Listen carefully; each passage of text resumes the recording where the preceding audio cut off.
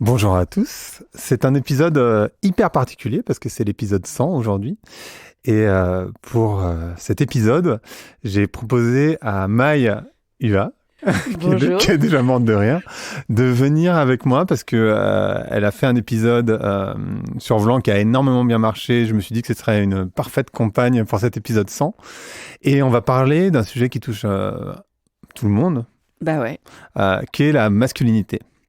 Donc, on va parler de masculinité toxique, on va parler d'éducation, on va parler de patriarcat, de sexualité, de paternité, de vulnérabilité, de tous ces sujets-là, Oh wow. qui me semblent assez intéressants. Donc, c'est parti. Allez, Blanc, c'est parti. Carrément.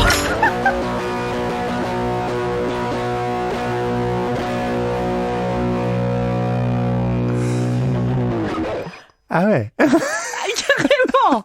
carrément. Eh ben. Eh ben, on est pas mal. Alors, la première question que je me pose, et qui peut sembler un peu étrange, Ouais. c'est, t'es une femme, Ouais. a priori, hein, je me Ouais. trompe pas trop. Ouais. Euh, Je suis une femme. Comment ça se fait que toi, t'aies fait un documentaire qui s'appelle Remarkable Men, des hommes remarquables, Ouais. et que tu t'intéresses à la masculinité Alors, et aux hommes? et aux hommes, ouais. C'est vrai que c'est deux choses différentes. Mais mon chéri, il est thérapeute. Et depuis 25 ans, il a des groupes d'hommes, des groupes de parole d'hommes, des groupes Mm. de thérapie. Mm. Et en fait, ces groupes se réunissent toutes les 2 semaines. Donc, il a 4 groupes qui se réunissent toutes les 2 semaines. Et avec donc des hommes qui viennent, pour certains, depuis plus de 20 ans, parler d'eux-mêmes, de leurs problèmes, de leur cheminement, Mm, mm. de leurs peines. Et en fait, après une retraite qu'on a faite au Népal l'année dernière, je lui disais, mais il faut absolument que tu les filmes, en fait. Ces hommes, c'est... Moi, j'adorerais, je suis une femme, mais j'adorerais être une petite souris pour savoir comment se passent ces cercles d'hommes. Et il a commencé à les filmer, face caméra.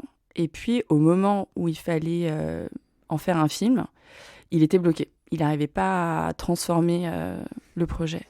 Et donc, il a fait appel à moi parce qu'il s'est dit, j'ai besoin d'une artiste dans laquelle j'ai confiance. Et donc, voilà, on se connaît bien.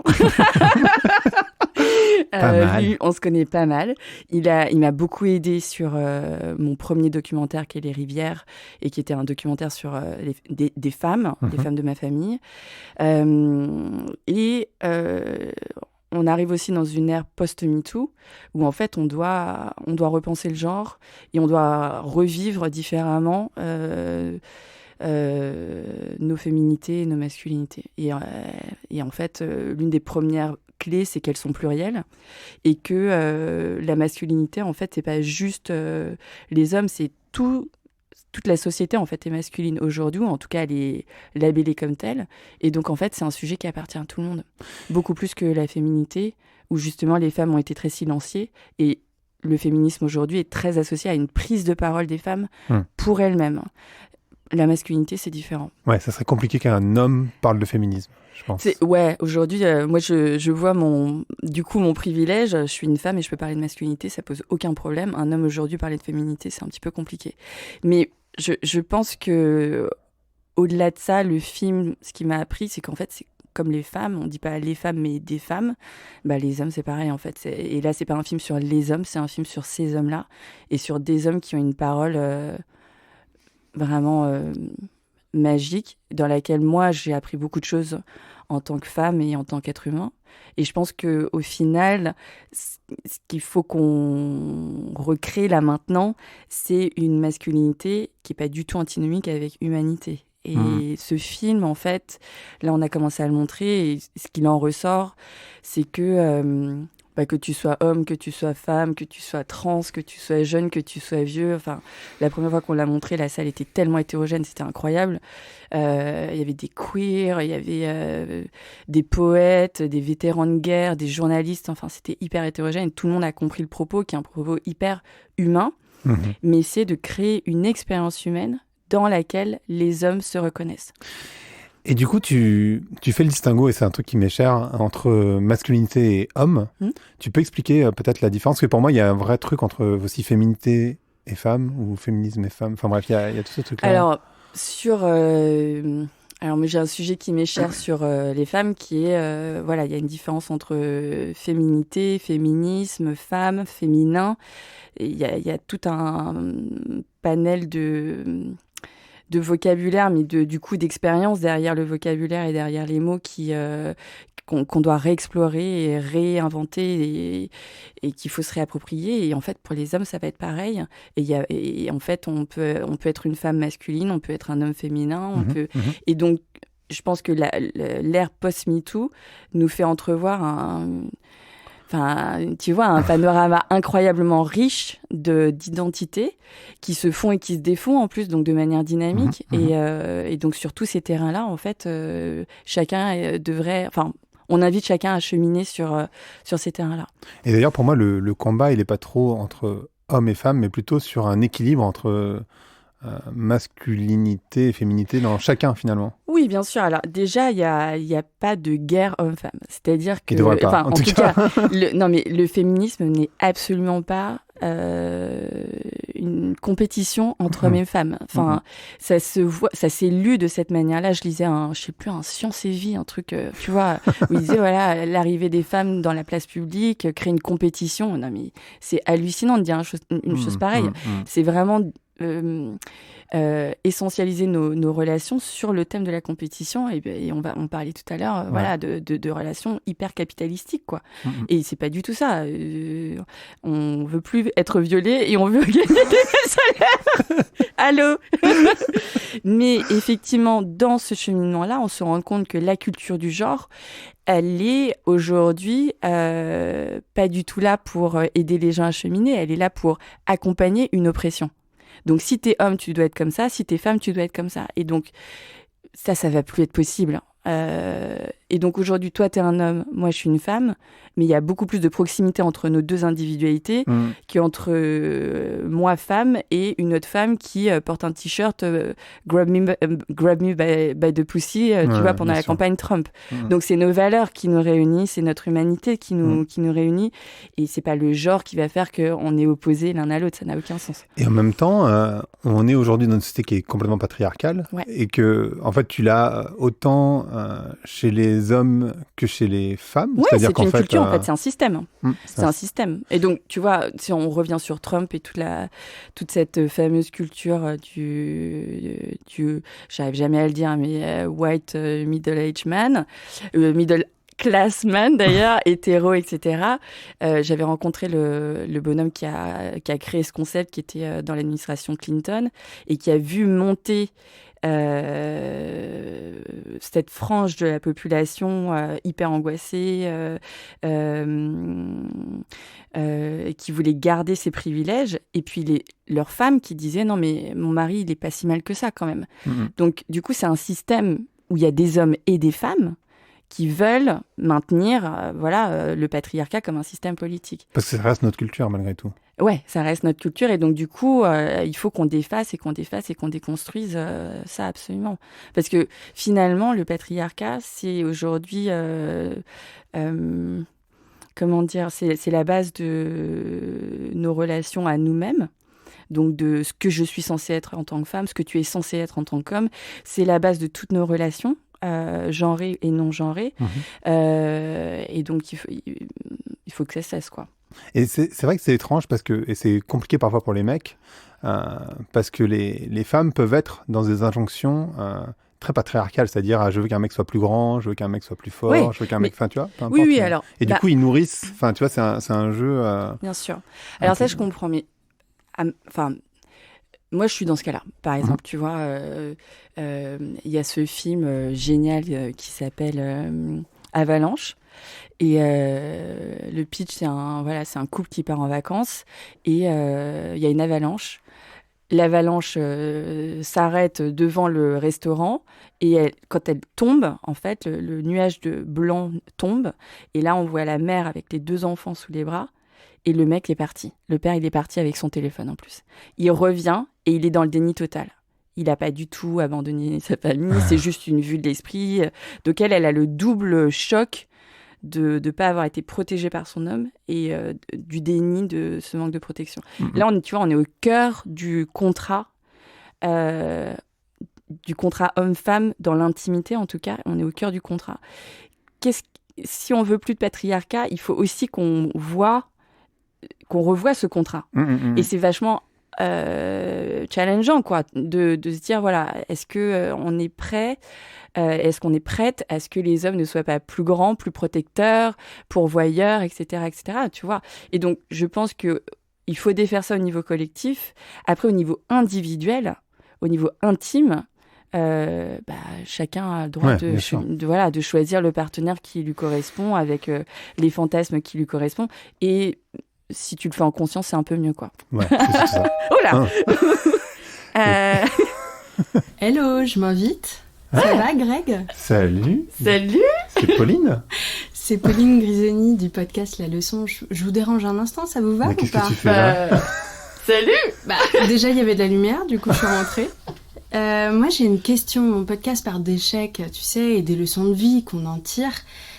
Et je trouve que votre conversation est juste passionnante. Donc moi, j'ai envie de me rallier un peu à la cause. Et j'ai une question pour vous. Attention, ça rigole pas en plus. C'est du patriarcat.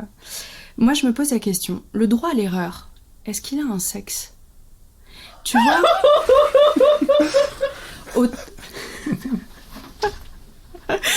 Tu sais, pour commencer quelque chose de très simple, je vais poser une question facile.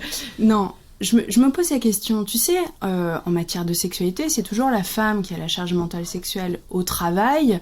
Les nanas qui ont dû casser le plafond de verre, tout d'un coup, ça leur fout une pression de dingue parce qu'elles sont peu en haut et elles se disent, punaise, j'ai pas droit à l'erreur, tu vois. Moi, je me pose la question, est-ce que le droit à l'erreur a un sexe? Je te laisse répondre, Greg. Ah, maintenant, c'est toi l'experte. Moi, on m'a demandé de poser une question, j'ai travaillé dessus. Je vois ça. Merci énormément pour cette question. Oui et non, c'est toujours pareil en fait. Je pense qu'on est dans une culture de la performance. Si peut-être qu'on va en reparler après du capitalisme, mais si le capitalisme était une maladie, tu vois, il pourrait pas choisir un meilleur allié que le patriarcat. Impossible que ça marche avec un matriarcat.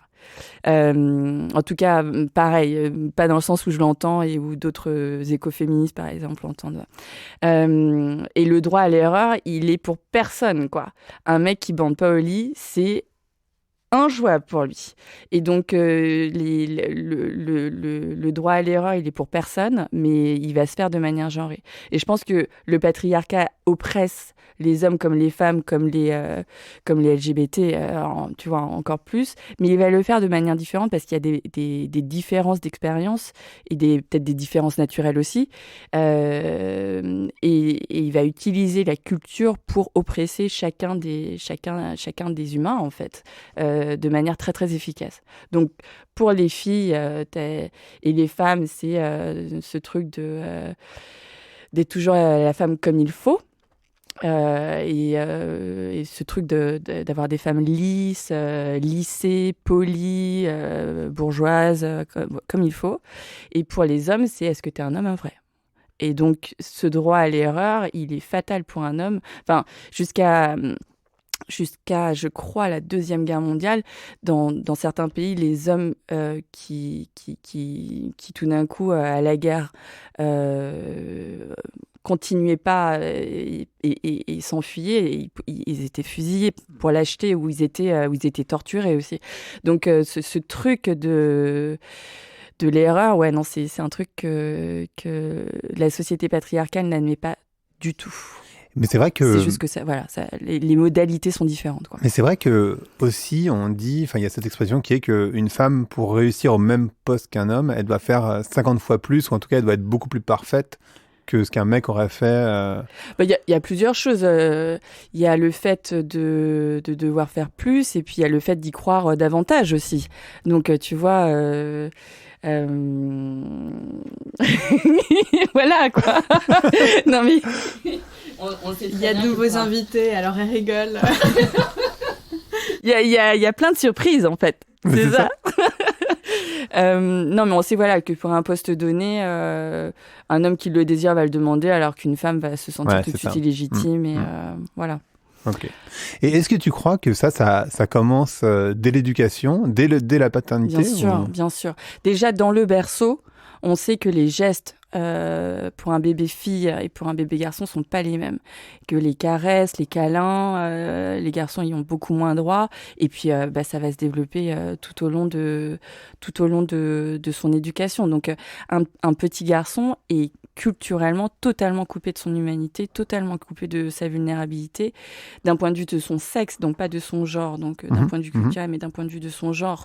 Il a aussi un cerveau du fait de la testostérone qui se développe plus lentement. Donc, adulte, on a les mêmes cerveaux, mais en fait, à l'âge de 10 ans, tu peux avoir jusqu'à 2 ans d'écart. Tu vois, dans donc la maturation. Les mecs sont vraiment en retard par rapport aux filles. Ouais. En tout cas, dans le développement. Mais du coup, ce développement étant, tu vois, en décalage, sur des classes qui sont séparées selon les mêmes tranches d'âge, l'expérience d'un garçon, elle n'est pas du tout la même que l'expérience d'une fille.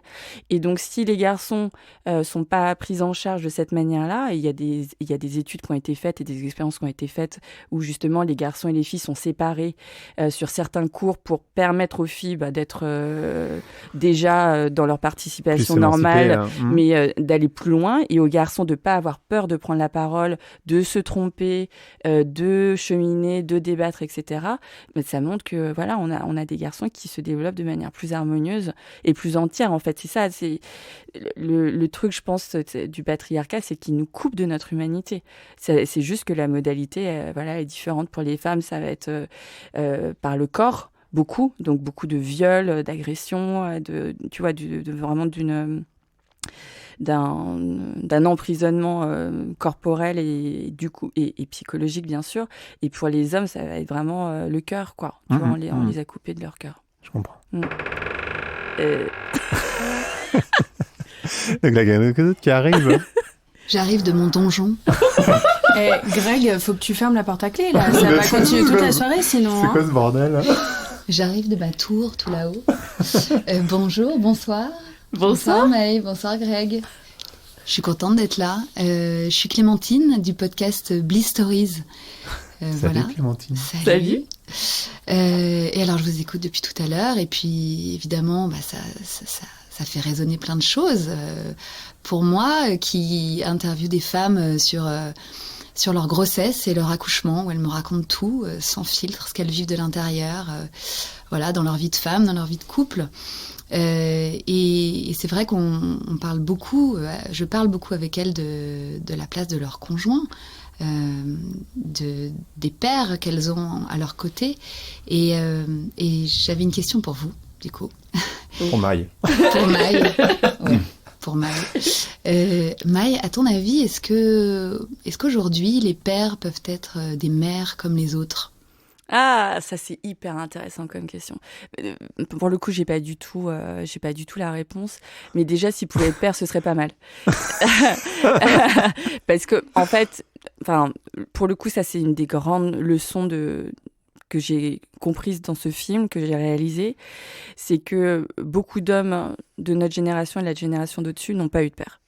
Donc, pas eu de père parce que soit il était violent, soit parce qu'il était absent, soit parce que il était lui-même pas un homme, c'est-à-dire pas suffisamment adulte pour en plus être responsable de l'éducation d'un enfant. Et donc, le manque de père, ça détermine énormément les masculinités qu'on voit aujourd'hui autour de cette table et ailleurs. Donc ça, c'est une première chose. Et puis, on grandit avec des mères qui font leur job comme elles peuvent, qui sont pas beaucoup aidées. Les enfants, ensuite, en petite section, arrivent avec des maîtresses. Jusqu'à l'âge de 10 ans, en fait, tout le soin et cette notion d'amour, c'est seulement les femmes qui les portent. Donc en fait, un petit garçon, il grandit avec l'idée que l'amour et le soin, c'est pas une question d'homme.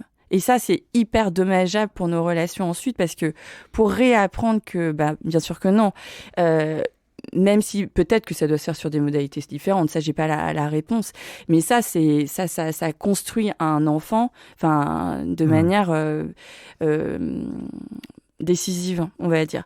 Donc pas au niveau individuel, mais au niveau d'une espèce, ça crée quand même des normes vachement troublantes. Et ensuite, je pense que dans Père et Mère, aujourd'hui, il en est vachement question avec la PMA, et où on doit tous repenser ce que ça veut dire être parent. Et je pense qu'il faut vraiment se mettre à la place des enfants et savoir quels sont leurs besoins, en fait. Et les besoins d'un enfant, ils sont pas nécessairement genrés, en fait. Ils ont besoin d'amour, ils ont besoin d'empathie. Donc, t'en as parlé hyper bien avec Catherine Guillen. Ils ont besoin de comprendre les valeurs de l'autonomie. Ils ont besoin d'être en contact avec leur singularité. Bon, tout ça est pas nécessairement genré. Mais effectivement, en tout cas, si on veut réinventer quelque chose, c'est bien de savoir d'où on vient. Les fonctions maternantes sont des fonctions où l'amour est nourricier. Et où l'amour paternel n'est pas un amour nourricier, mais l'amour qui te permet l'autonomie. Donc, certainement qu'il faut revoir ça. Et il n'y a aucune raison qu'un père ne puisse pas remplir des fonctions nourricières vis-à-vis de son enfant. Mais ça, l'amour nourricier, c'est bon pour le bas âge, jusqu'à 7 ans. À partir de 7 ans, un petit garçon notamment, il a besoin d'une figure masculine qui n'est pas nécessairement un père biologique ou un père direct. Mais je le dis souvent à mes copines qui sont en mère célibataire notamment, et qui ont des petits garçons avec qui ça devient hyper difficile à partir de 7 ans et ça devient encore plus difficile à l'adolescence. Souvent, c'est parce que en fait, il n'arrive pas à se projeter en tant que petit garçon dans une femme. Et ça, il faut l'entendre aussi. Et ça ne veut pas dire que ça doit nécessairement être un père, mais il faut dans l'entourage des figures masculines qui soient aimantes, qui soient empathiques et qui permettent aux garçons comme aux filles de se lancer, quoi. Et après, moi, j'ai pas la réponse.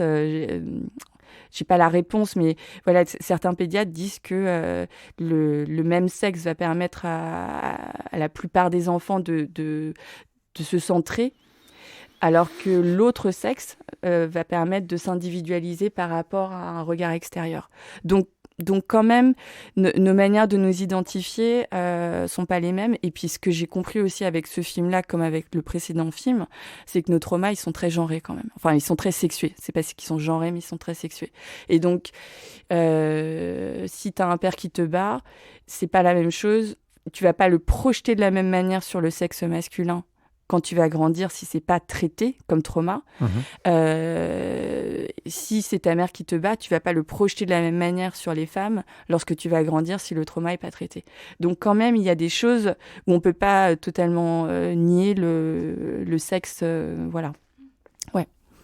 Ça répond à ta question. Merci. En grande partie. Merci, Mike. Tu veux d'autres choses? Moi, je pourrais en parler des heures, tu sais. Il se tape l'incruste. Non mais... Oula. Attends, il y a quelqu'un d'autre qui rentre. Ah là, c'est la porte arrière, là, je crois. Moi, j'arrive à ce moment très, très facile où on parle de trauma et de violence et de choses comme ça. Je suis ravi. Bienvenue. J'arrive chez Vlan où Greg a décidé pour l'épisode 100 de nous laisser faire son travail. Je suis ravi. Merci Greg. Alors, on parle des femmes, on parle des hommes, on parle de MeToo, on parle de masculinité. En ce qui me concerne, moi j'ai grandi dans un monde où ma mère m'a appris, je dis bien ça, mais m'a appris à servir le vin et l'eau aux femmes, à allumer les cigarettes, éventuellement, à faire pas mal de choses, à ouvrir des portes, à laisser passer, etc. J'ai remarqué il y a une dizaine d'années, quand j'étais dans des pays nordiques où je pouvais choquer des femmes en leur tenant la porte, ce qui m'a un peu paru très bizarre. Et en fait, mon trip, alors avec mon podcast qui s'appelle Génération Do It Yourself, c'est d'apprendre des meilleurs et d'apprendre à apprendre, d'accord ? Et j'ai l'impression qu'entre ce monde que ma mère et mes parents m'ont fait découvrir et le monde d'aujourd'hui, il y a quand même une sorte de gap. Je parlais de MeToo tout à l'heure, vous en parliez aussi, mais et là le gap il a pris d'un coup en un an, en 18 mois, une sorte de surgap encore. Et et je me dis tout ça a changé à une vitesse et en fait là vous parliez du pourquoi, du quoi un peu. Moi j'aimerais aussi vous poser la question à tous les deux, à toi Maï, sur le comment. Comment t'apprends à être un homme en 2019, en 2020, quand t'as pas du tout appris à être un homme de cette manière avant? Ça, c'est vraiment une question, c'est fondamental. Alors, je pense qu'il y a toujours l'idée de constat et de déconstruire. Donc ça, c'est le travail que les féministes ont fait depuis très très longtemps, mais là, depuis MeToo, c'est invraisemblable. Ce qu'on a appris ensemble en 3 années, c'est vraiment, c'est dingue, quoi. L'inclusion, la fluidité. Et puis, tout ce truc, en fait, est en train de remonter à pour moi, trois grands chemins qui sont... les femmes sont des humains comme les autres. On a droit à la même dignité. Mais dans ce cas-là, si on parle de dignité, et notamment si on croise ça avec l'inclusion, on parle de choses qui sont vraiment humanistes, quoi.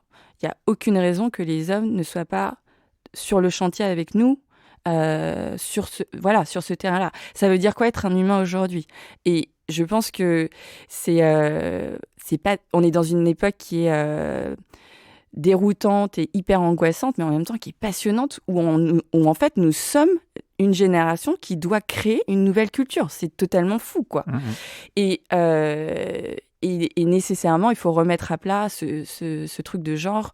Et de galanterie, du coup. Et notamment de galanterie, et de savoir d'où ça vient, et de comprendre que, vu d'où ça vient, on va peut-être pas continuer. Mais c'est pas grave, quoi.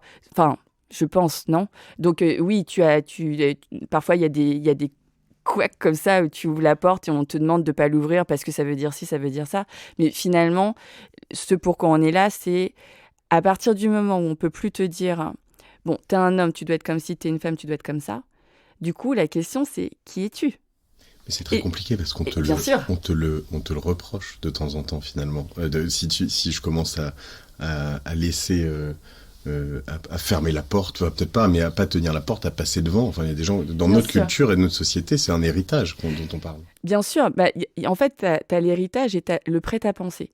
Donc la culture, c'est une sorte de prêt-à-penser pour on automatise et on codifie certaines de nos relations. À partir du moment où certaines personnes vont dire non, en fait, moi ça me va pas. Ah bon, mais pourquoi?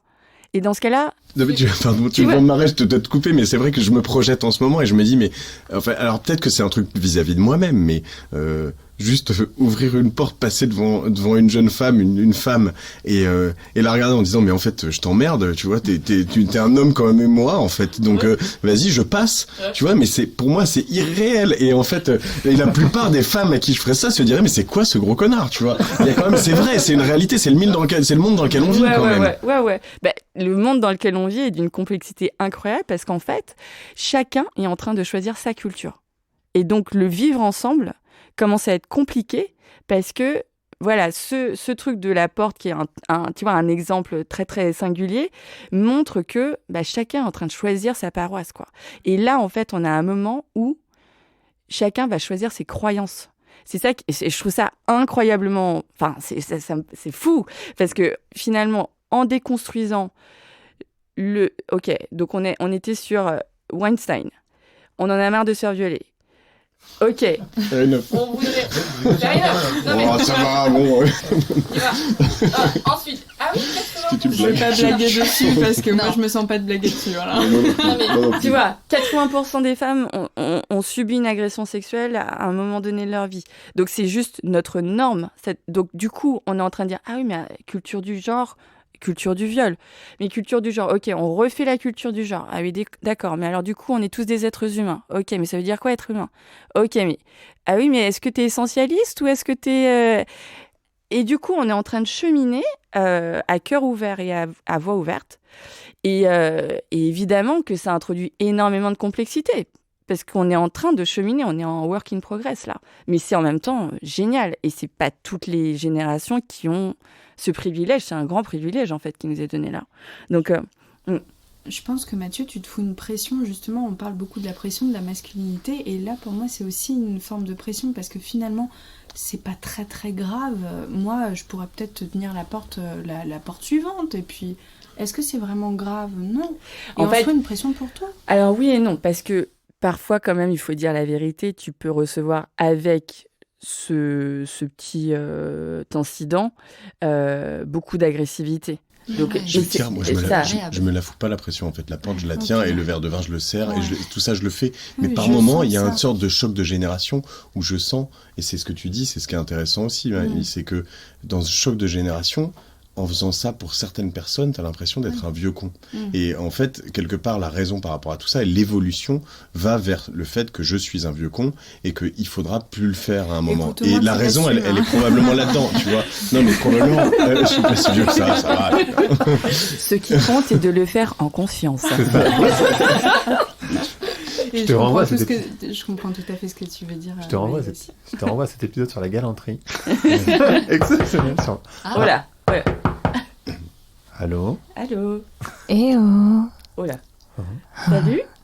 Salut tout le monde. Bon, vous avez l'air de discuter de trucs un peu qui vous tendent. Et en fait, moi, je suis plutôt du genre à détendre les gens. Donc c'est l'occasion. Moi, c'est Lélé. Et j'ai le podcast Vox. Vox, c'est un podcast pour la masturbation des femmes.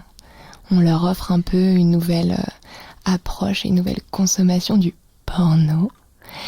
Et moi, j'ai une question que je me pose, c'est est-ce que finalement les hommes, ils n'ont pas aussi besoin qu'on leur offre cette possibilité de consommer le porno différemment ? Et puis aussi peut-être simplement d'avoir une autre vision de leur corps. Qu'est-ce que vous en pensez ? Je sais pas, il faut chuchoter pour répondre. Non, mais ça, c'est mon truc. C'est la folie. Tout le monde est là. J'ai dit que je détendais les gens, si vous me faites vraiment détendez-vous. On est tous coincés, on a le cul serré. Tu relâches rien du tout, là. Tout va bien se passer. Non mais sérieux, qu'est-ce que vous en pensez alors, vous ? Ah mais c'est hyper important. En fait... Et le rapport à la sexualité d'ailleurs, tu disais les hommes qui sont éduqués par les femmes. Alors, désolée, je mets un petit temps, mais je pense que déjà, je sais pas si faut consommer du porno. Lélé s'est mise en chaussettes pour poser sa question. C'est que je suis détendue, je suis ultra détendue. Est-ce que ça vous gêne ou pas ? Une question, un vêtement. Non, une mauvaise réponse. Vous jouez tous avec moi, les gars. J'ai pas mis de soutien-gorge. Moi non plus, j'en mets jamais. Ok. Non, sérieux. Parce que c'est vraiment sérieux cette question. Bon. Alors, dis-nous tout, Maï. On disait tout à l'heure que le capitalisme, si c'était une maladie, il n'aurait pas mieux pu utiliser le patriarcat tel qu'il est utilisé dans ce besoin de performance permanente. Et le porno aujourd'hui, il est vraiment l'idée par ça, aussi bien au niveau de la thune que de ce qu'on y voit. Et en fait, c'est un poison qui détruit la sexualité de tout le monde. De tout le monde, voilà, de tout le monde. Donc, parce qu'il il peut créer de l'addiction, mais aussi parce qu'il crée des images. Et en fait, les images au niveau neuronal, ça n'a pas la même puissance. Enfin, ça a une puissance extrême. Donc, en fait, la sexualité masculine qui déjà... comment dire, au départ, dans sa naissance et dans son éclosion, est déjà hyper immature. Donc si en fait tu colles à ça une pornographie hyper violente, en fait tu vas associer sexualité masculine avec le cerveau, avec le mental. Et en fait il faut redescendre tout ça dans le corps, pas dans le bout de ton pénis, quoi. Ouais. Tu vois, la tête de ton pénis, pas dans ton cerveau. Et en fait, le cerveau, c'est génial pour dans la stimulation, l'imagination, etc. Mais ça peut être aussi un double tranchant où, en fait, tu sais pas ce que ton corps veut vraiment. Et puis surtout, quand est-ce que tu connectes ta sexualité à tout le reste, quoi. Et c'est vrai que pour ça, le porno, ça empêche ton imagination. Parce que par définition, quand tu vois des images, tu ne réfléchis plus, en fait. Tu fixes. Donc, je pense que c'est un outil génial. Et puis, surtout, là, sur Vox, tu vois, c'est génial, quoi. Merci. Mais je vous invite toutes et tous à découvrir Vox. Non, mais c'est... c'est clair. C'est parce quoi que... ta marque de chaussettes? Et donc, oui, les hommes ont besoin, dans la sexualité, de découpler ça de la performance. Ouais. Et c'est un piège énorme, mais ça te tue une sexualité. Et vraiment, c'est très dommage d'avoir une vie sans sexualité. Il y a beaucoup de femmes aussi qui sont dans la performance dans le sexe. Parce que moi, je connais un certain nombre de femmes qui me disent « j'arrive pas à prendre du plaisir parce qu'en fait je me regarde et du coup je suis tellement dans le contrôle que du coup j'arrive pas à me relâcher finalement. De toute façon, tant que tu es dans le mental, tu peux... la question n'est pas d'y arriver parce que c'est tout sauf ça, le sexe. C'est pas une performance, effectivement. C'est pas une performance, c'est pas y arriver, il n'y a pas de médaille au bout. Il n'y a pas le concours du plus grand nombre d'orgasmes. Il n'y a pas le concours. Et en fait, ce que je trouve vachement beau dans Vox, par exemple, c'est toute l'idée de connexion. De connexion entre les êtres qu'on entend et l'idée de donner du plaisir, quoi. Et pas de trouver le bon partenaire, tu vois. Voilà, c'est ça. Et donc, du coup, si tu es dans l'idée de donner du plaisir et que ton partenaire ou tes partenaires, s'il y en a plusieurs, sont aussi dans la même idée, putain, c'est génial, quoi. Et ça passe pas par du mental. Encore moins du mental violent. Ok. Donc oui, une nouvelle pornographie pour les hommes, s'il vous plaît. Hello. Hey. C'est l'auberge espagnole en fait. Nous, c'est Céline et Margot d'Entre nos lèvres.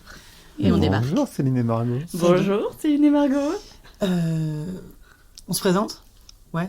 Ok. Bah oui, c'est le moment, je pense. Ouais. Entre nos lèvres, c'est un podcast avec des portraits intimes dans lesquels on parle de sexualité, mais on décortique le rapport des gens à leur sexualité. Et du coup, nous, on est relous, parce que comme on est deux, on a 2 questions. Moi, je m'en fous, c'est Mike qui répond. Et la première pour toi, Maï, c'est qu'est-ce que ça évoque pour toi, le terme de virilité? Et est-ce que tu trouves que c'est une notion nocive? Bon, donc là, on a beaucoup parlé dernièrement du mythe de la virilité et du fait qu'on essentialise un homme au fait qu'il puisse bander, grosso modo, hein, d'accord, avec toutes les symboliques du plus grand, du plus fort, du plus dur. La plus grande, les grandes tours, des tours toujours plus grandes, toujours plus riches. Et encore une fois, si tu veux être dans une société capitaliste, tu peux pas avoir meilleur allié que la virilité. Et donc, évidemment, c'est une notion hyper nocive et hyper toxique en sexualité comme dans toutes nos relations, quoi. Mais aussi, des hommes par rapport à eux-mêmes, s'ils sont essentialisés. Par exemple, tu vois, un homme, il est vraiment essentialisé à la thune qu'il gagne. Aujourd'hui, un homme qui perd son job, il perd sa dignité. C'est un bon à rien. C'est pas le cas des femmes. Les femmes, par exemple, elles s'occupent beaucoup des autres. Vous en aviez parlé avec Victoire. Donc, elles sont beaucoup dans le soin de l'autre, etc. Elles sont pas rémunérées pour ça, mais elles le font quand même. Mais quand elles le font, elles se disent pas « je suis vraiment une femme comme il faut », quoi. C'est un truc d'humanité. Donc, voilà, il faut qu'on tire les masculinités vers ça, vers le soin de l'autre, être au service. Donc là, on est dans un truc de virilité où ce qu'il faut, c'est avoir la boîte la plus performante de la Terre. La plus grosse voiture. etc. Donc finalement, on est sur une masculinité très infantile, qui n'a pas du tout grandi. Donc quand tu potentialise cette énergie qui est quand même une énergie incroyable parce que si on voit tout ce que ça a construit, si cette énergie on la potentialise au service des autres, de l'autre, de l'humain, je sais pas si vous imaginez ce qu'on peut créer, quoi. C'est fou. Donc, il faut qu'on grandisse tous ensemble, quoi.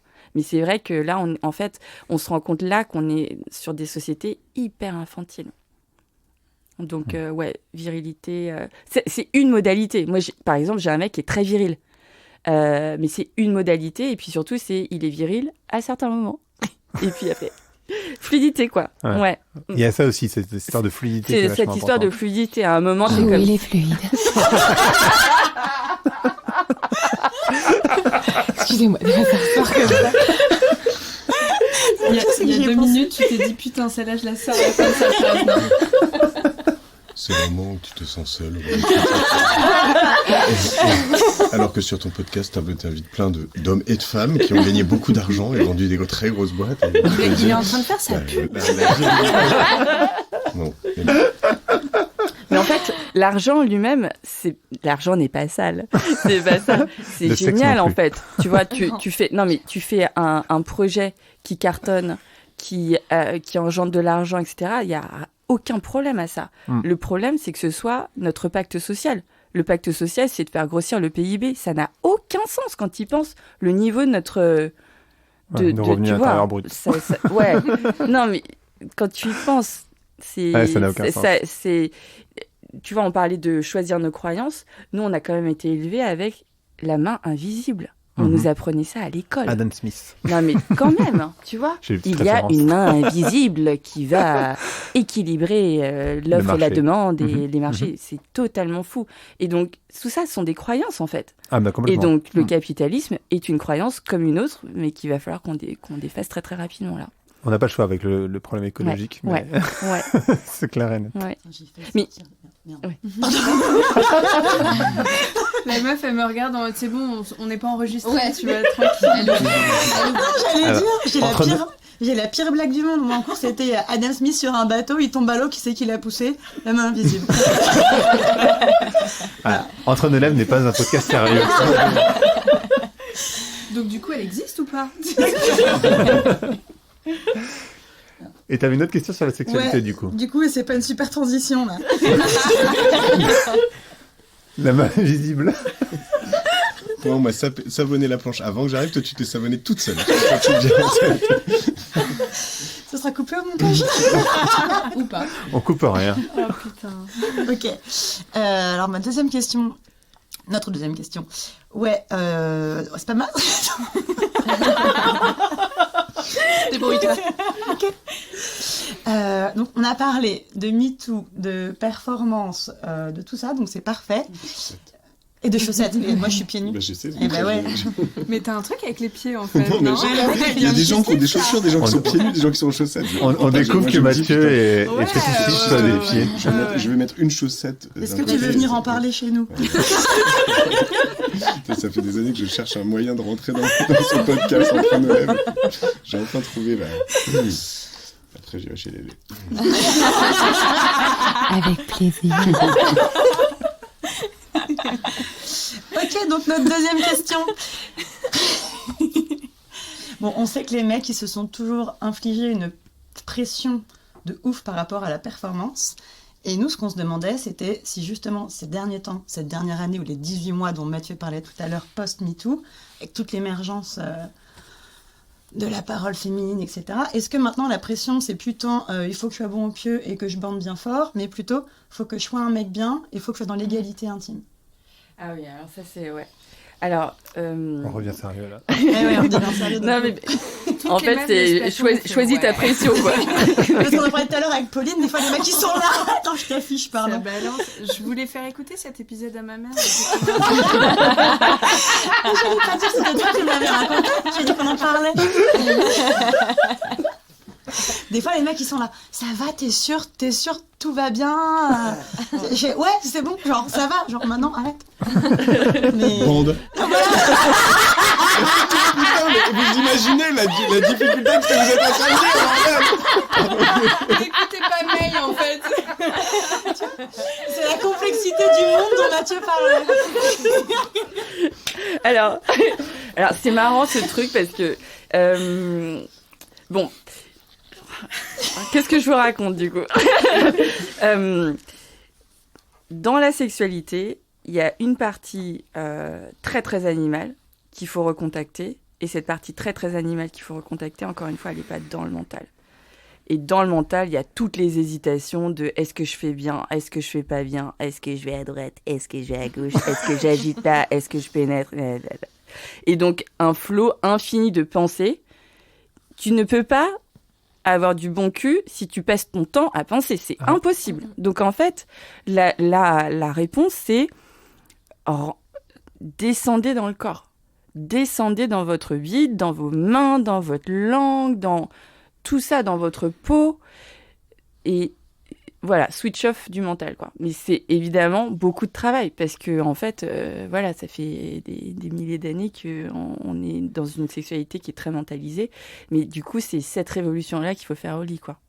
Et dans cette révolution-là qu'il faut faire au lit, non, on demande, une fois qu'on a consentement et qu'on travaille sur une connexion qui est corporelle, la connexion qui est corporelle, elle est autant présente à chaque instant. La question du consentement se pose plus à ce moment-là parce qu'on est nécessairement dans la connexion et dans le désir de l'autre, quoi.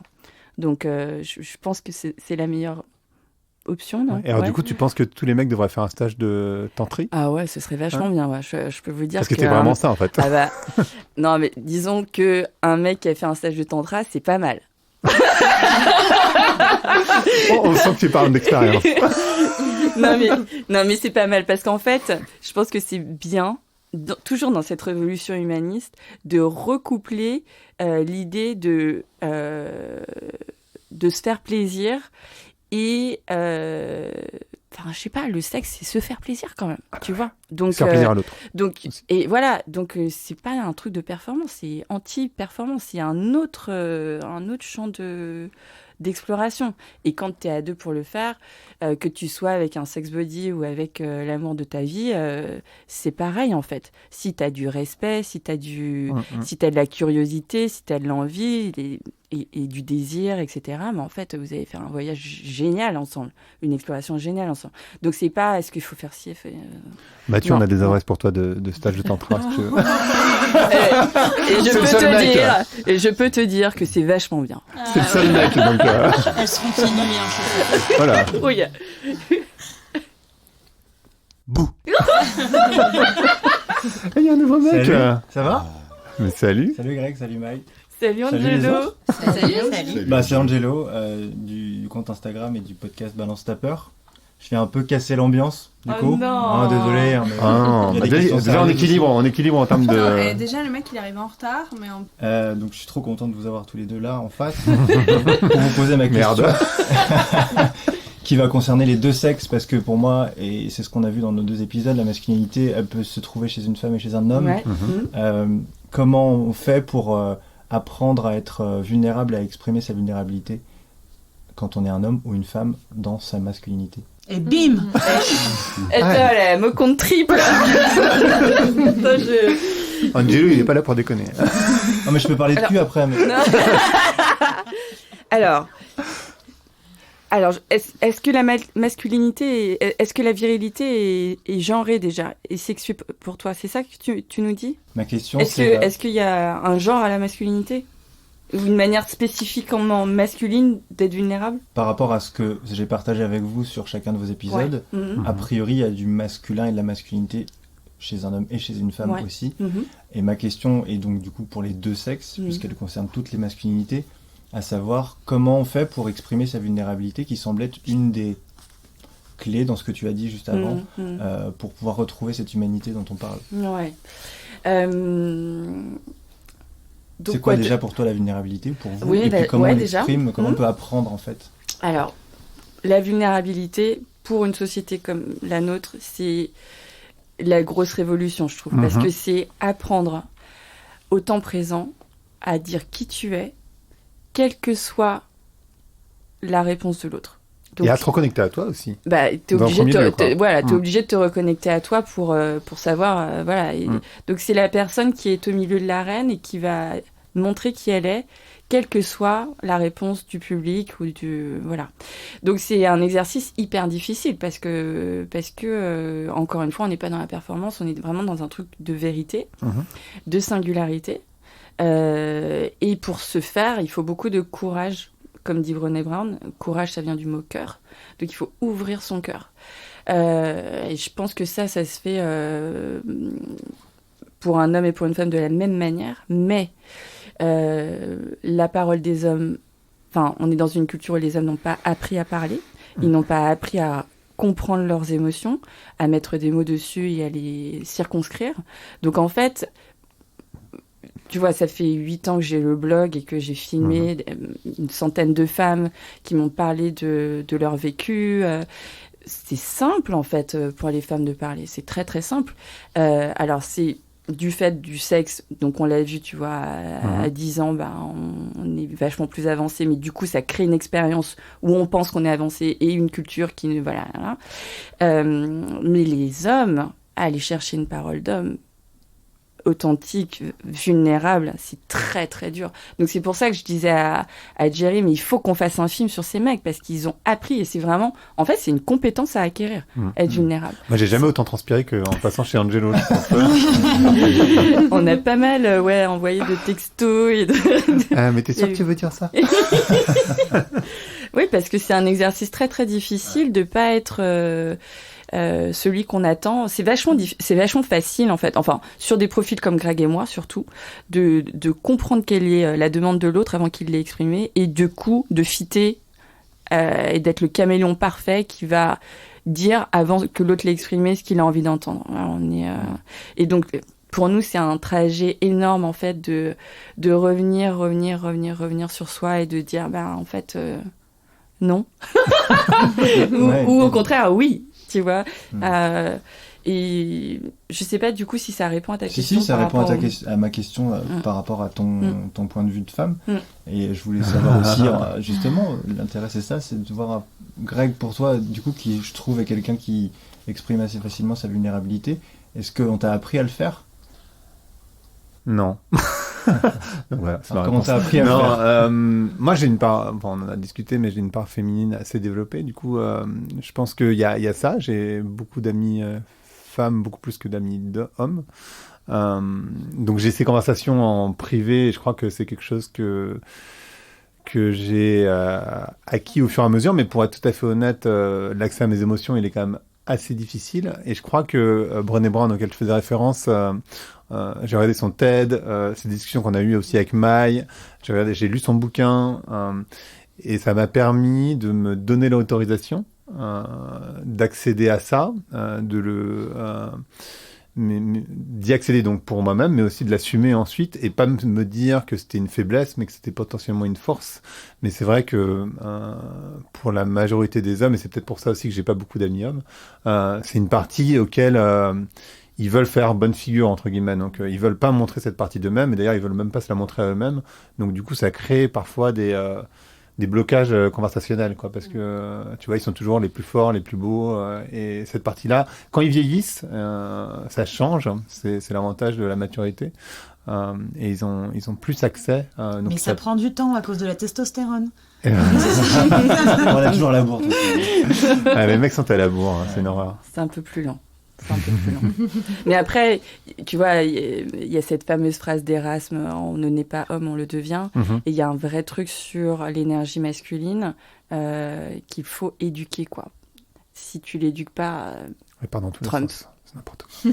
Non mais et après, je pense qu'il y a si je reviens à ta première question, le pourquoi est-ce qu'une femme peut parler de masculinité? Parce que en fait, c'est un débat de tous les humains aujourd'hui, parce que si on ne peut pas juste être féministe, en fait.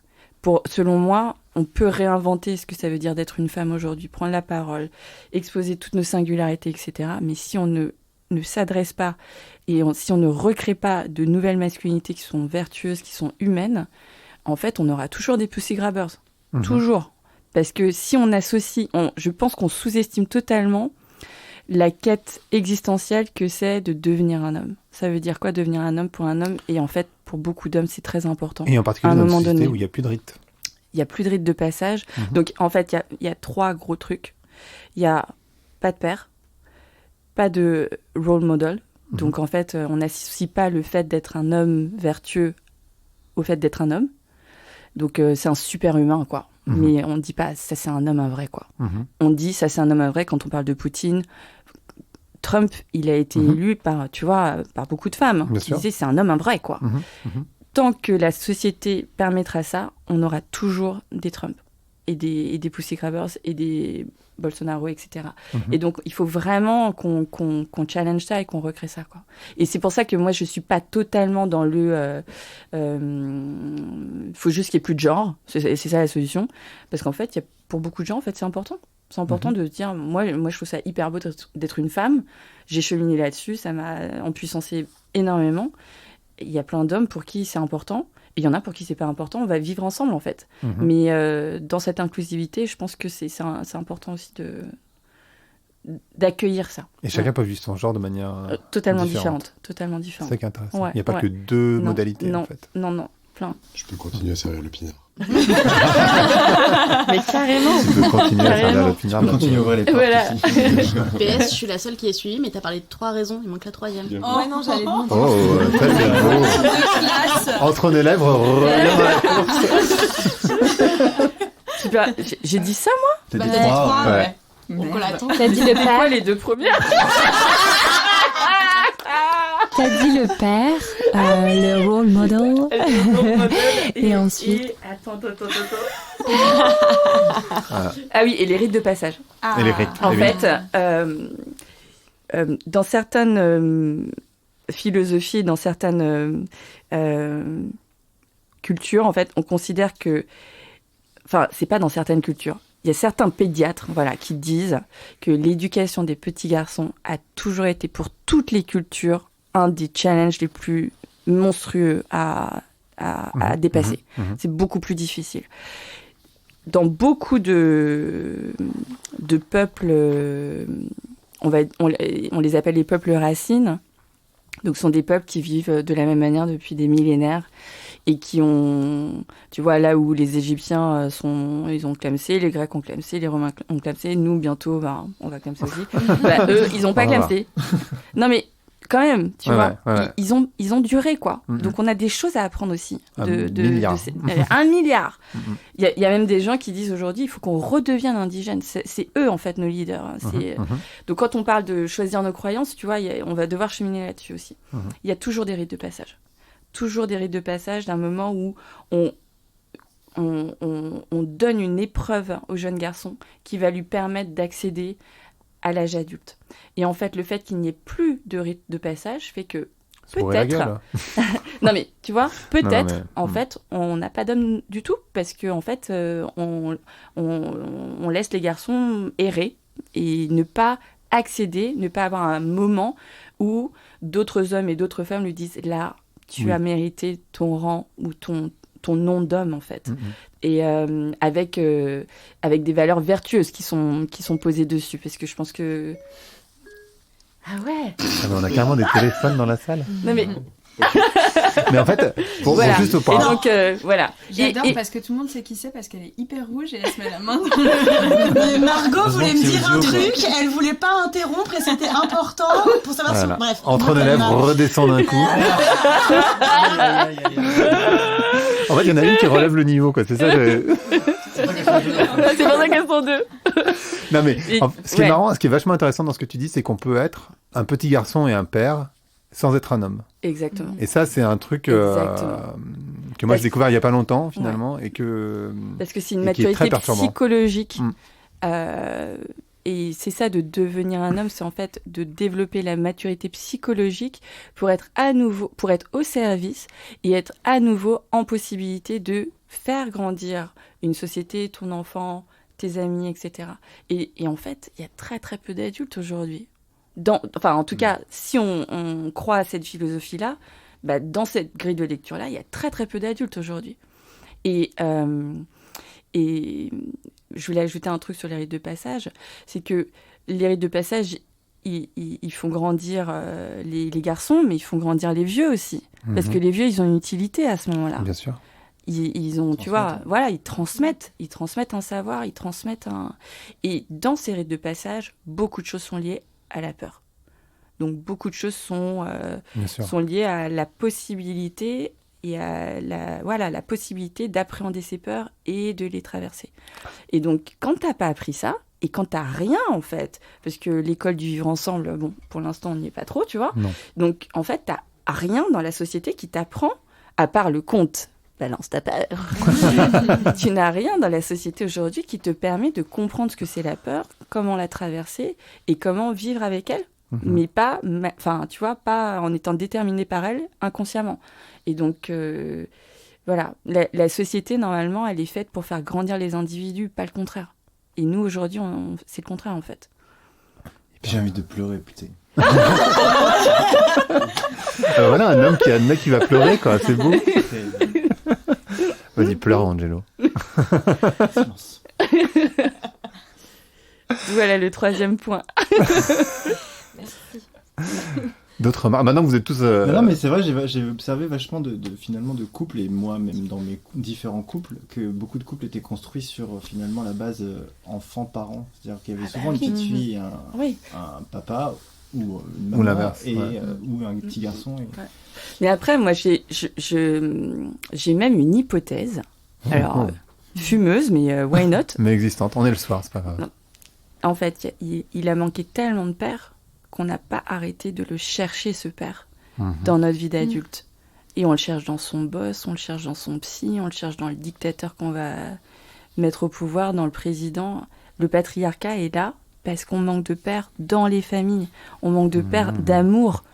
Et donc, du coup, on le cherche, parce qu'on n'a pas eu la possibilité d'internaliser notre père intérieur parce qu'on n'en a pas eu à l'extérieur. Et d'ailleurs, et donc, du coup, voilà. Pardon. Donc ça, c'est mon hypothèse. Non, mais c'est intéressant parce que dans le documentaire donc The Work qu'on a regardé ensemble, donc le travail, qui est un documentaire américain qui est disponible uniquement malheureusement dans l'Apple Store américain, tu te rends compte que tous ces mecs qui sont en prison le sont parce qu'ils ont un problème de rapport à leur père qui était absent, principalement. Ouais, c'est tous des...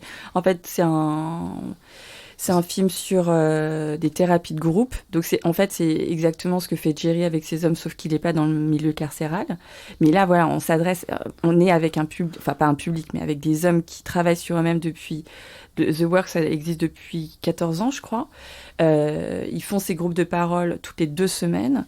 Et tous les 6 mois, ils invitent, lors d'un work de 4 jours, des personnes de l'extérieur à venir assister au work et à participer au work. Et en fait, on va suivre 3 personnes de l'extérieur qui vont en fait se retrouver libérées par les prisonniers qui, en 14 ans, sont devenus des grands sages, quoi. Et ce sont des gens qui n'ont pas été à l'école, qui n'ont... Mais c'est un travail qui est universel, qui marche universellement, quoi. Ce truc de faire grandir les gens. Ce qui est paradoxal, je trouve en tout cas, c'est que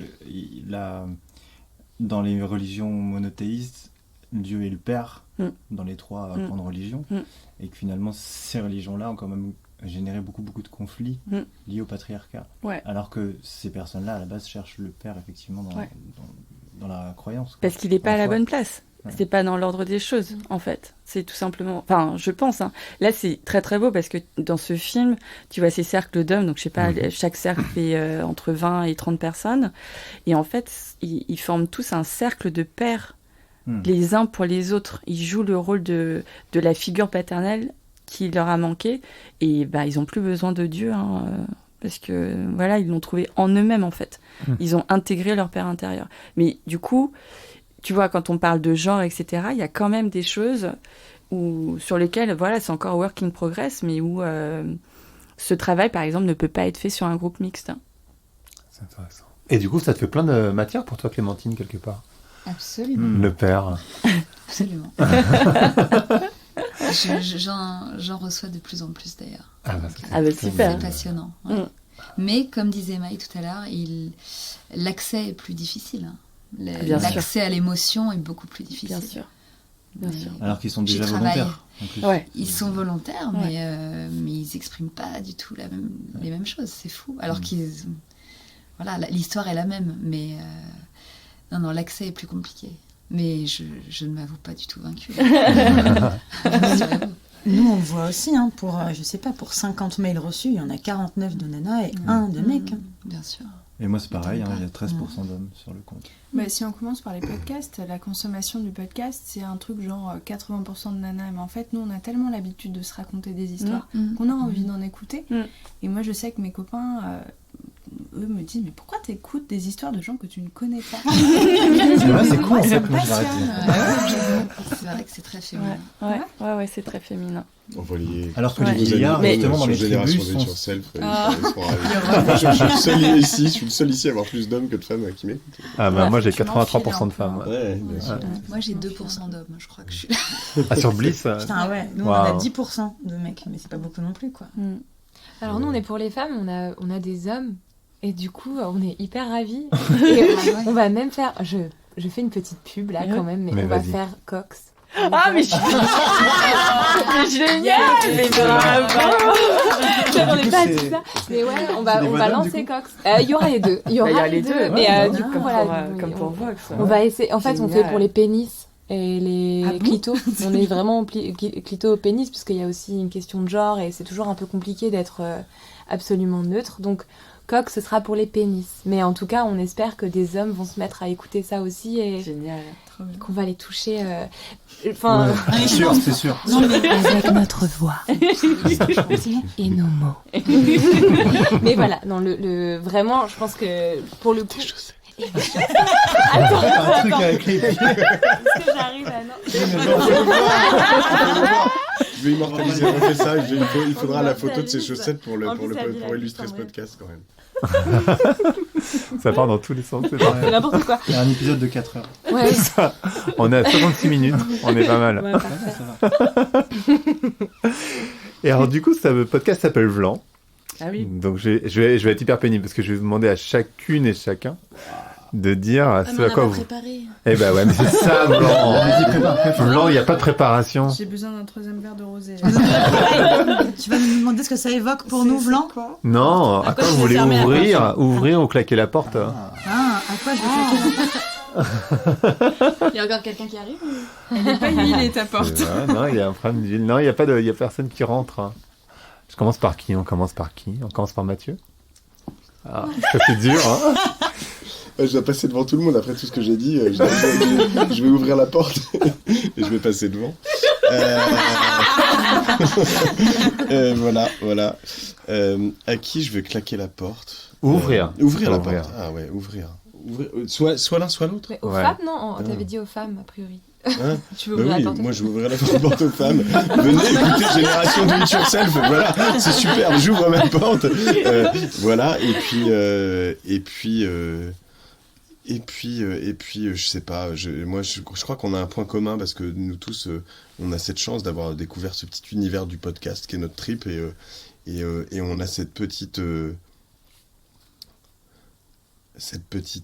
petit coin de liberté chacun. Et moi, j'ai envie de fermer la porte au gros con. Bah ouais. Il y a des gens qui te font des tas de choses, qui veulent venir sur ton podcast, qui te demandent des choses ou qui veulent machin, qui te font des commentaires sur ton truc. T'essayes de faire ton truc bien. Non, c'est important. Et je pense que non, je suis pas colère. Je pense que en fait, ce qui est génial, exprime c'est tes émotions. on a gagné ce petit coin de liberté qui est juste moi qui me rend heureux. Voilà. Donc, voilà, amen. Cool. Céline ou Margot? Dans le sens des aiguilles d'une montre. montre. Ouais. Alors faisons le sens des aiguilles d'une montre. Ah non, du coup c'est Margot. Ah bah oui, je sais. Ah oui. Ah. Elle est contente, Margot. Bah écoute, je vais continuer dans ta métaphore. Moi j'aimerais bien qu'on tienne la porte aux femmes et aux hommes.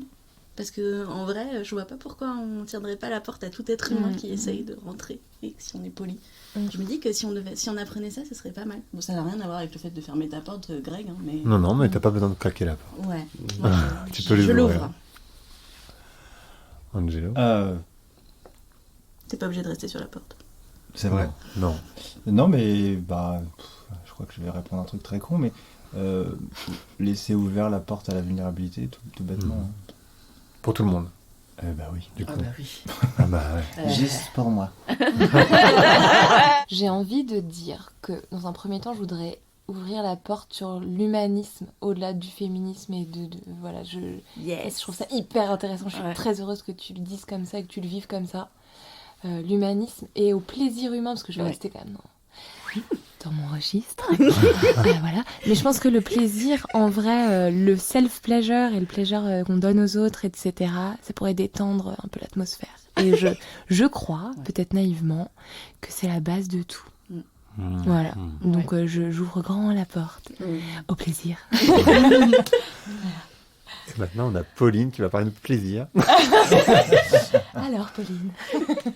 Pauline qui nous a dit qu'elle n'avait pas de soutien. Excuse-moi, maman. Déjà, Pauline nous a dit qu'elle n'avait pas de soutif. Dis donc, Greg, ta mémoire est sélective. Moi, mon podcast, c'est sur l'échec. Alors moi, je vais ouvrir la porte. Pour moi, aux irrégularités. Et à ce que tu as dit, May, j'ai trouvé ça vraiment passionnant. Et j'ai envie de... Ce petit moment pour te le dire. Et te dire que dans ce que tu racontes, j'espère que les hommes qui vont t'écouter vont tenter des choses, peut-être rater, mais c'est pas grave, parce que tant qu'on tente, on fait forcément avancer les choses et on ouvre le dialogue. Donc voilà. T'es déçu, non? Non. Pourquoi je serais déçu? Non, du soutien-gorge, non? Ah non, je me suis dit t'allais t'approcher, nous parler à l'oreille. Mais non. T'aurais pu essayer. Je te montre comment on fait. Tu veux que je parle comme ça? J'aime bien quand tu me parles comme ça. On peut tous parler comme ça. Céline? Ouais. Non, alors du coup, je sais pas. Non, je suis pas hors sujet, mais moi, j'aimerais bien ouvrir la porte à moins de gêne, à plus de paroles. C'est-à-dire que je me rends compte, même aujourd'hui, que la parole est beaucoup plus libérée, etc. Je me retrouve souvent à des soirées, à des dîners, à des verres autour d'une table comme ça, où on se met à parler. Du coup, le podcast qu'on a avec Margot vient souvent sur le tapis. Donc, on se met rapidement à parler de sujets qui fâchent, comme les viols, les violences conjugales, machin. Mais alors, les gens, ils n'ont pas du tout envie d'en parler. Ils sont là, genre, oh là là, non, ils sont ultra gênés. Et c'est vraiment, ce sont des gros mots, quoi. Ouais, c'est dramatique. Ouais, et ça m'emmerde un peu. Et du coup, je crois que j'aimerais bien que ce soit des sujets dont on puisse parler beaucoup plus librement sans que ce soit... Enfin, ce sont des sujets graves. J'aimerais bien qu'on puisse en parler, pas avec plus de légèreté, mais de façon plus naturelle, en fait. Sans que ça fasse peser un poids énorme sur l'Assemblée dès que le truc est amené. Voilà. C'est lancé. Là, par exemple, il n'y a pas de poids du tout, là, par exemple. Moi, je me sens hyper léger. On ouvre la porte. Vraiment là-haut. On a envie d'y aller, hein. Ça a marché, ta porte est ouverte. Tiens, je vais la tenir d'ailleurs. Non, mais vous voyez ce que je veux dire? Oui, je nous imagine le dîner. Tu veux de la tarte? Je vis la même chose quand j'essaie de parler Bitcoin. Chape de plomb sur le Bitcoin. Il y a pas mal de fois où le truc a été amené de façon assez... de façon assez naturelle et bienveillante, et les gens se confient, et je pense que c'est dans ce moment-là que moi, je sais que quand je raconte mon histoire, il y a plein d'années derrière qui vont me dire « Ah bah moi aussi cela ». Enfin, quand t'es dans un cadre qui est hyper bienveillant, la parole se libère, et les gens, c'est ce qu'on fait aussi avec Entre nos lèvres, tu vois, mais c'est un truc qu'on arrive à faire dans le podcast, mais que dans la vraie vie, on n'arrive pas à le... Un pas après l'autre. À le transposer dans la vie. C'est plus facile avec les femmes, généralement. Non, mais un pas après l'autre. Après, on est quand même... Enfin, je sais pas si vous voyez le parcours qu'on a fait, là. Moi, c'est ouf, quoi. Ça va donc, vite. un pas après l'autre. Mais ce qui est vrai, c'est que... Comme nous, on est initiateurs de toutes ces discussions, on est parfois un peu impatients, mais... avec de la Regardez là d'où vient ce pauvre Mathieu. Je sais pas si t'as vu Mathieu, mais... Non, mais par contre, en parlant d'où on vient, je voudrais juste, en parlant d'où on vient, je pense que justement, il y a une question aussi où maintenant, il y a des nouvelles générations. Et nous, on a appris que tous les sentiments douloureux, les ressentis douloureux, on n'a pas envie de les vivre et c'est mal de les vivre. Et du coup, je pense que ça vient de là aussi, la gêne. C'est-à-dire qu'on a tellement appris que tu pleures, faut pas pleurer, ça va aller, etc. C'est douloureux, faut l'éviter. C'est l'évitement, en fait, quand les gens ils se disent non, vas-y, on va pas sur ce terrain-là. Et j'espère que les prochaines générations, on réussira à leur dire t'as envie de pleurer, vas-y, pleure, c'est pas grave d'avoir mal, c'est pas grave que ce soit... C'est gênant, on entend, quoi. Au-delà de c'est pas grave. Pour compléter cette réflexion, sur le compte, je vois qu'il y a autant de personnes qui ont peur dire des choses négatives ou exprimer des émotions négatives que de dire je t'aime à leurs parents, je t'aime à leur mec ou à leur nana. Donc c'est pas que des trucs négatifs, en plus c'est vraiment parler de soi, quoi. Mais c'est ce que tu disais sur la vulnérabilité. Faudrait qu'on puisse répondre. Tu sais, quand tu dis ça va, t'as pas du tout envie que l'autre te réponde non, ça va pas. Ah merde. Oui, parce que t'as l'impression. Tu veux de la tarte? Mais parce que t'as l'impression que tu dois lui apporter une réponse, alors qu'en fait, la personne a juste envie que tu l'entendes. D'empathie. Elle a juste envie que tu l'entendes. T'es pas nécessairement la réponse. Parce qu'en fait, il n'y a pas forcément de réponse nécessaire. Ah ben non. Souvent, et puis c'est beaucoup d'honneur quand on confie ça. Ça veut dire que tu es digne de recevoir des informations un peu négatives aussi. C'est vrai. Moi, je trouve ça. Moi, j'aime bien quand on me dit bah non, tu sais, ça va pas très bien. Bah ouais, non, c'est plutôt beau. J'aime bien. Le courrier des cœurs. Non, mais ça veut dire qu'il y a une possibilité de dialogue différente. Voilà. Et plus honnête. Moins superficiel. Et ça change. Et justement, Clémentine, à quoi tu veux ouvrir ou claquer la porte? Alors, est-ce que ça va, Clémentine, déjà? Comment tu vas? Oui, aujourd'hui, ça va. Hier, je t'aurais peut-être pas dit la même chose, tu vois. Et demain, je sais pas. Alors, moi, j'aimerais ouvrir la porte pour rester dans mon sujet voilà, et en tout cas des témoignages que j'entends le plus, qui sont autour de la naissance et de la grossesse et de l'accouchement et de ces histoires de parentalité. J'aimerais ouvrir la porte à plus de parentalité, justement, et à une multiplicité de façons de devenir parent, et que de nouvelles options, en tout cas, se démocratisent et soient plus normales. J'ai un épisode là bientôt où j'ai interrogé un couple d'hommes qui ont fait donc une GPA à l'étranger et voilà, et quand ils m'en parlent, j'ai encore l'impression qu'on est loin de l'acceptation qu'on devrait avoir. Donc voilà, j'aimerais ouvrir la porte à ça, à plus de normalisation de ces nouvelles parentalités qui sont pas si nouvelles que ça, mais heureusement on en parle de plus en plus. Ils sont plus visibles. Plus visibles. Ils s'autorisent à l'être de plus en plus, heureusement, mais c'est pas encore ça, quoi. Non. Voilà, donc faut ouvrir encore plein de portes à ce niveau-là. Ouvrir toutes les portes. On a tous ouvert des portes, presque. J'ai pensé, mais attends, moi j'étais le premier, c'était compliqué. C'était quand même très compliqué. Mais bon, attends, c'est quand même, il faut claquer une porte. Non, mais en plus, j'en ouvre plein, je passe ma vie à faire ça. Et en plus, tu sais quoi? Je me disais que... Voilà, il fallait bien que j'en ferme une fois. Je me disais quand même que... et c'est vrai, tout ce que vous avez dit et ce que tu disais sur le fait de ces côtés un peu lourds dans les discussions et à la fois je me disais en t'écoutant Céline que le côté lourd, moi je l'aime pas trop naturellement en vrai, mais pourtant dans mon podcast je vais le chercher, je cherche pas à relier ça, excusez-moi cette promo, mais non, je vais le chercher sur en fait j'aime bien toucher le moment où des gens qui ont eu des grands succès ont vraiment touché le fond, et savoir quel est ce moment où ils ont touché le fond, comment ils l'ont vécu, etc., etc. Je pense qu'en fait, oui, c'est hyper intéressant, et que sur cette espèce de nuage, tu vois, de gens qui réussissent et ne parler que de cette réussite et de ce bonheur et de tout ça, en fait, c'est complètement idiot. Mais si je peux me permettre, puisque j'ai été piégé tout à l'heure et qu'on est à la 100e, Greg, vas-y. À quoi tu ouvres la porte ou tu la fermerais, puisque ton podcast s'appelle Vlan? Attends, mais il faut qu'on pose la question à Maï. Non, vas-y, je veux pas que t'aies le temps de réfléchir, tu m'as piégé. À toi. Je pense que sur le sujet, parce que sinon je peux ouvrir la porte et claquer la porte à beaucoup de choses. Mon sujet du moment, en tout cas, c'est la spiritualité et l'écologie, ou en tout cas comment en développant le féminin chez tout le monde et pas à développer les femmes. Moi, j'aime pas trop cette guerre, ce dont tu parlais, cette guerre des femmes contre les hommes. Je suis pas du tout sûr que the future is female, tu vois. Moi, je pense que le futur, il est féminin chez tout le monde.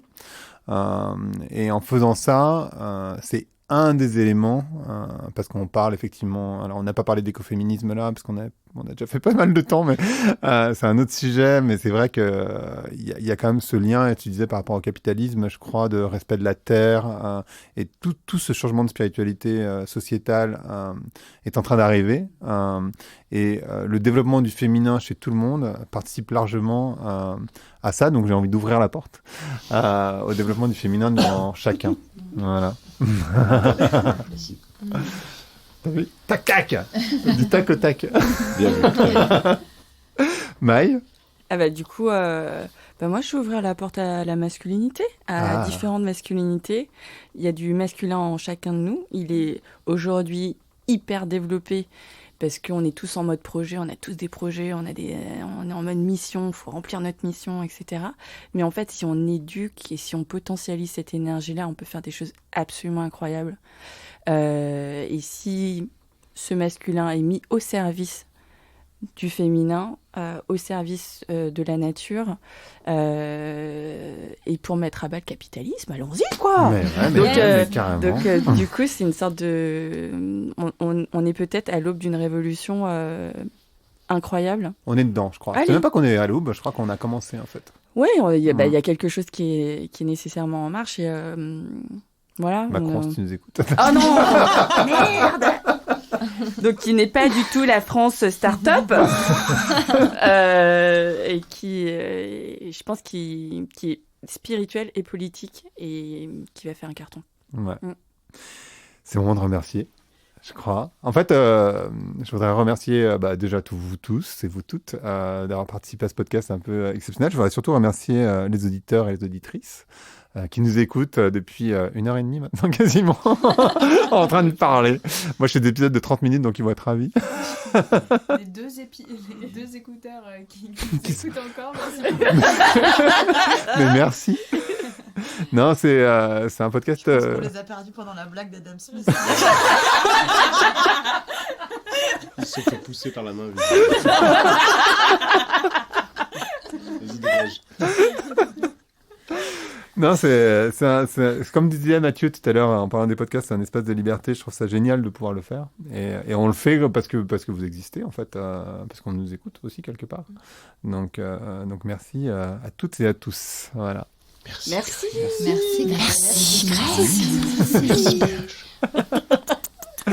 Merci. On va faire ça avec tes pieds, c'est ouf. Mais c'est incroyable. Des bisous avec mes chaussettes. Voilà, ça c'est mon pied droit. Non. Et ça c'est le gauche. C'est incroyable. Je suis très souple. Cool. Merci. Merci.